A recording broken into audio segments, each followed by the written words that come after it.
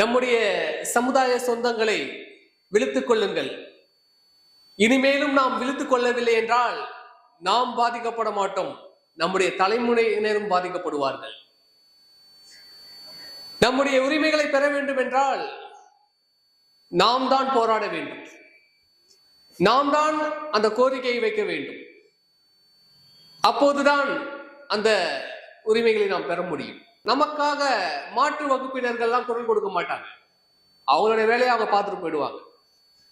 நமக்கான உரிமைகள், நமக்கான நலன்கள், நம்முடைய இளைஞர்களுக்கான வேலை வாய்ப்பு, கல்வி, இதையெல்லாம் பெற வேண்டும் என்றால் நமக்கான ஒரு கட்சி இருக்க வேண்டும்.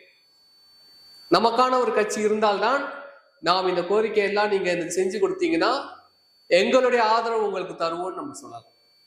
இதுவரைக்கும் பிற்படுத்தப்பட்ட வகுப்பினர் எடுத்து ஓட்டு போடுங்க, உங்க கோரிக்கையை நான் நிறைவேற்றுறேன் அப்படின்னு யாராச்சும் சொல்லியிருக்காங்களா? நிச்சயமாக இருக்காது.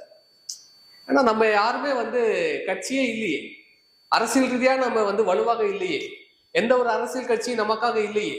அப்போ எப்படி நம்முடைய கோரிக்கைகள் நிறைவேற்றுவார்கள்?